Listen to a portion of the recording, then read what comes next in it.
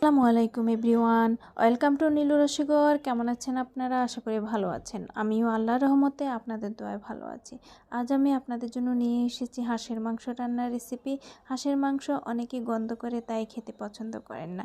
আজ আমি গন্ধ কিভাবে দূর করতে হয় এবং খুব সহজেই ঘরের মশলা দিয়ে কিভাবে রান্না করেছি সেই রেসিপি আপনাদের সাথে শেয়ার করতে নিয়ে এসেছি। আশা করি রেসিপিটি আপনাদের ভালো লাগবে। যদি রেসিপিটি ভালো লাগে তাহলে আমাকে একটা লাইক, কমেন্ট, শেয়ার করে দিবেন। আপনাদের সুন্দর একটি লাইক এবং কমেন্ট আমাকে আগামী ভিডিও তৈরিতে উৎসাহ যোগায়। একটি শেয়ার আমাকে মানুষের কাছে পৌঁছে দেয়। আর আমার চ্যানেলটিকে সাবস্ক্রাইব করে অল বাটনে ক্লিক করে রাখুন, তাহলে আমার আগামী ভিডিওগুলোর নোটিফিকেশান আপনারা খুব সহজেই পেয়ে যাবেন। চলুন তাহলে এই হাঁসের মাংস আমি কিভাবে তৈরি করেছি আপনাদের সাথে শেয়ার করি। এর জন্য নিয়েছি আমি 1 কেজি ওজনের একটি হাঁস। এটিকে আমি কেটে ভালোভাবে ধুয়ে পরিষ্কার করে নিয়েছি। হাঁসের মাংস কিন্তু খুব ভালো করে পরিষ্কার করে ধুয়ে নিতে হয়। এরপর আমি একটা বাটি নিয়ে নিয়েছি। বাটির মধ্যে আমি এই হাঁসের মাংস রান্নার যে মশলা সেটাকে একটু ম্যারিনেট করে নিব।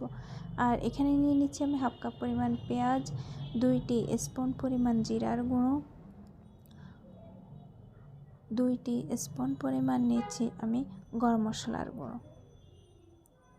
এটি আমার ঘরে তৈরি গরম মশলা, আপনারা আমার চ্যানেলে দেখে নিতে পারেন, আমি দিয়ে দিয়েছি। 2 টিস্পুন পরিমাণ গরম মশলার গুঁড়ো নিয়েছি। আর নিয়েছি 1/2 টিস্পুন পরিমাণ জয়ফলের গুঁড়ো, দিয়ে দিচ্ছি 1/2 টিস্পুন পরিমাণ কালো গোলমরিচের গুঁড়ো, আর দিয়ে দিচ্ছি 2 টিস্পুন পরিমাণ হলুদের গুঁড়ো এবং 2 টিস্পুন থেকে একটু বেশি পরিমাণে দিয়েছি আমি লাল মরিচের গুঁড়ো। যেহেতু আমি কালো গোলমরিচের গুঁড়ো দিয়েছি তাই মরিচের গুঁড়োটা বেশি পরিমাণে দেইনি। আদা পেস্ট দিচ্ছি আমি 1/2 কাপ পরিমাণ, আর রসুন পেস্ট দিচ্ছি আমি 1/3 কাপ পরিমাণ। আমি আদা পেস্ট যা দেবো তার থেকে একটু বেশি পরিমাণে রসুন পেস্ট দিয়েছি। দিয়ে দিচ্ছি আমি 2 টিস্পুন পরিমাণ ধনিয়া গুঁড়ো। একটু পানি দিয়ে দিচ্ছি। পানি দিয়ে এখন এই মশলাগুলোকে আমি ভালো করে ম্যারিনেট করে নিচ্ছি একটি চামচের সাহায্যে। মশলা কিন্তু ম্যারিনেটের উপরে আপনাদের রান্নার অনেকটা টেস্ট ডিপেন্ড করে, তাই মশলাগুলোকে ভালোভাবে ম্যারিনেট করে নিয়েছি। ম্যারিনেট করে এটিকে আমি 10 মিনিটের জন্য রেস্টে রেখে দিচ্ছি। এর মাঝে আমি নিয়ে নিয়েছি 5-6টা তেজপাতা, একটা জয়ত্রী, কয়েক টুকরা দারুচিনি আস্ত, 5-6টা গোলমরিচ আস্ত, 5-6টা লং, 5-6টা এলাচ, আর নিয়েছি আমি 1 কাপ পরিমাণ পেঁয়াজ কুচি। 10 মিনিট পরে এখন হাঁসের মাংসগুলোকে আমি একটু মশলা দিয়ে ম্যারিনেট করে নিব। যে মশলাটা আমি ম্যারিনেট করে ভিজিয়ে রেখেছিলাম, দিয়ে দিলাম 2 টিস্পুন পরিমাণ লবণ আপনারা আপনাদের স্বাদ অনুযায়ী দিবেন, আমি আমার টেস্ট অনুযায়ী দিয়েছি। এখন হাত দিয়ে ভালো করে ম্যারিনেট করে নিয়েছি। হাত দিয়ে মাংস ম্যারিনেট করে নিলে এর ম্যারিনেটটা ভালো হয়, চেষ্টা করবেন হাত দিয়ে ম্যারিনেট করে নিতে। এই ম্যারিনেট করে আমি মাংসগুলোকে আধা ঘন্টা রেস্টে রেখে দিয়েছিলাম। এরপরে আধা ঘন্টা পরে চুলায় চলে এসেছি। চুলায় আমি 1/2 কাপ পরিমাণ তেল দিয়েছি। মাংস রান্নাতে কিন্তু খুব বেশি তেলের প্রয়োজন হয় না, কারণ হাঁসের মাংস থেকে যথেষ্ট পরিমাণে তেল বের হয়। আর আস্ত গরম মশলাগুলো পেঁয়াজের সঙ্গে আমি এখন ভেজে নিচ্ছি। পেঁয়াজের সঙ্গে যদি গরম মশলাগুলো ভেজে নেওয়া হয় এতে এর স্মেলটা খুবই ভালো আসে। এরকম বেরেস্তা হওয়া পর্যন্ত ভেজে নেব। আর আস্ত গরম মশলা পেঁয়াজের সঙ্গে ভেজে নিলে হাঁসের মধ্যে যে একটা বাজে স্মেল থাকে সেটা দূর হয়ে যায়। আর ম্যারিনেট করে এভাবে মশলা দিয়ে মাংসটাকে রেখে দিলেও বাজে স্মেলটা দূর হয়ে যায়। এরপরে আমি এই মাংসগুলোকে একটু তেলের মধ্যে ভালোভাবে ভেজে নিচ্ছি। ভেজে নিয়ে এটাকে এখন আমি 5 মিনিটের জন্য কষানোর জন্য ঢাকনা দিয়ে দিব। 5 মিনিটের ভিতরে এর মধ্যে যথেষ্ট পরিমাণে পানি বের হবে। ঢাকনা উল্টিয়ে দেখুন অনেক পরিমাণে পানি বেরিয়ে গিয়েছে। এখন এগুলোকে আবার নেড়েচেড়ে দিচ্ছি যেন নিচে দিয়ে লেগে না যায়, আর মশলাগুলো যেন মাংসের সাথে আবার ভালোভাবে মিশে যায়। মিশে এখন আমি এটাকে আবার ঢাকনা দিয়ে দিব 5 মিনিটের জন্য। এর ভিতর যদি নেড়ে দিতে হয় আপনারা একটু উল্টিয়ে নেড়ে দিবেন যেন নিচে দিয়ে কড়াইয়ের গায়ে লেগে না যায়। দেখুন যখন কষানো হয়ে যাবে তখন মশলা থেকে এভাবে তেলটা ছেড়ে যাবে, তখন বুঝতে হবে যে মাংসটা আমার কষানো হয়ে গিয়েছে।